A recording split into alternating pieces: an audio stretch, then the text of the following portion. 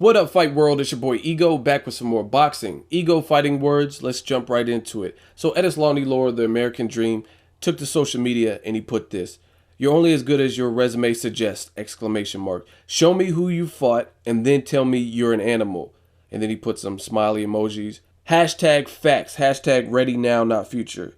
Obviously, that's a jab at Triple G, Gennady Golovkin, who said those exact words post-fight Willie Monroe when Max Kellerman was talking about the idea of future fights with Canelo and Cotto. He said, no, not future, I'm ready now. So obviously that was geared at Gennady Golovkin. And this isn't the first time Erislandy Lara has called out the Kazakhstan monster. So I'm going to spend some time talking about it. I've talked about this fight in the past. Let me do an updated video.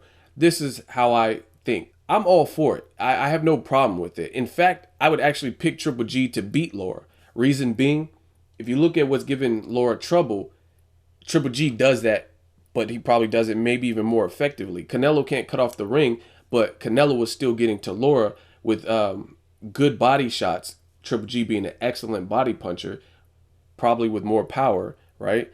And he cuts off the ring a lot better than Canelo. And Canelo, who I don't think can cut off the ring that great, he was able to pressure Lara, and it didn't look like Lara liked that pressure. Also, Angulo, guys like Angulo, who can crack for 154, but to move up in weight and fight, you know what I mean, the biggest puncher, or one of the biggest punchers at 160, that's a whole different ball game. And then also guys like Vanes Martirosyan with good power at 154, but it's a different level when you're talking about Triple G power in a new weight class. So to me, I really would lean towards Triple G in this particular fight.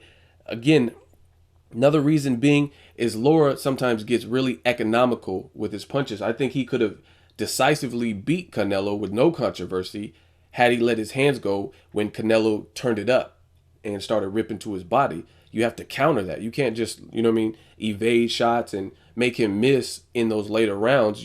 I think he should have fired back with some accurate counter punching to even up the score. You know, the crowd was already pro Canelo. So again, against a guy like Triple G, I see him losing somehow, some way, because what Triple G does with his effective power punching, it looks good. It looks good to the judges. It looks like it hurts. And again, I've seen even fights that Lara won, I've still seen him compromised in terms of under pressure, like fights like Angulo. That being said, even though I would pick Triple G, I'm open because Triple G, I still want to see him, just like Laura's saying in his tweet, I want to see him in there with better names. Erislandy Lara, you can't tell me he's the worst name on his resume. In fact, I would give Triple G more credit for beating Lara coming up to 160 than a win over Willie Monroe, which the world doesn't really know. His biggest win was over Brian Vera, right? Guys like Adama, guys like Ishida, who came up from 154 also. So it's not like Triple G has not fought guys that came up in weight like Gabe Rosado, Ishida. He's done that. I think Erislandy Lara, especially the amount he's talking, I'm from the old school, shut him up, you know what I mean? Get him to stop talking. And the way you do that is to fight him.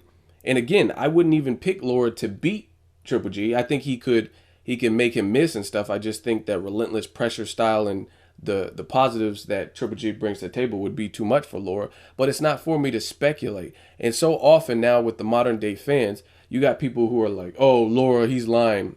You like people chastise the person who's actually doing the call outs. I like call outs. I think it's good. It adds entertainment to boxing. Obviously, I want to see it go beyond a call out.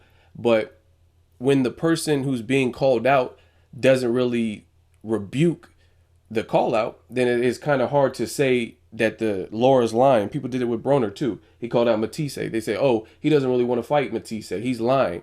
But it's kind of hard when the person like Matisse said, I don't want to fight Broner. It doesn't make any sense. He's not even a champion anymore. So it's kind of hard to say Broner really doesn't want the Matisse fight when he's calling him out, and then the opponent he's calling out is not calling his bluff.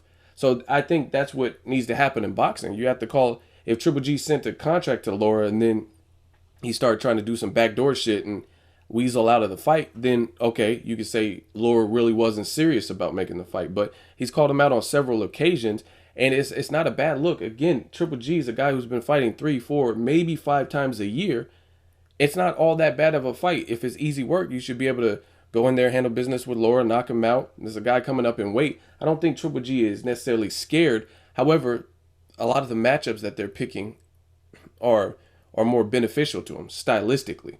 And maybe he doesn't want to deal with like a crafty Southpaw someone he's going to have to chase. And people could say, oh, Willie Monroe.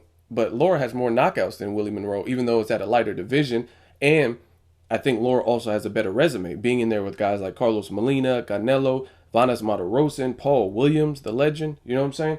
So even though it was at a lighter weight division, he's still been in there with better names. He trains with the Charlo brothers.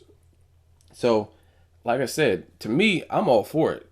Shut the man up, go handle business, and then you can still make future fights with Canelo, Cotto, or Carl Froch, whoever you want.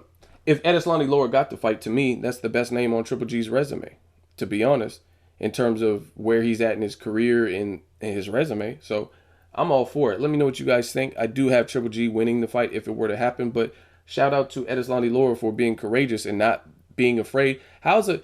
Again, I don't understand why fighters who do the calling out and say they want the fight and stuff like that get condemned. I mean, you got guys like champions like Miguel Cotto in the division with belts, and it doesn't look like he has any interest in fighting Triple G at all. He said on record, Triple G needs to wait his turn in line.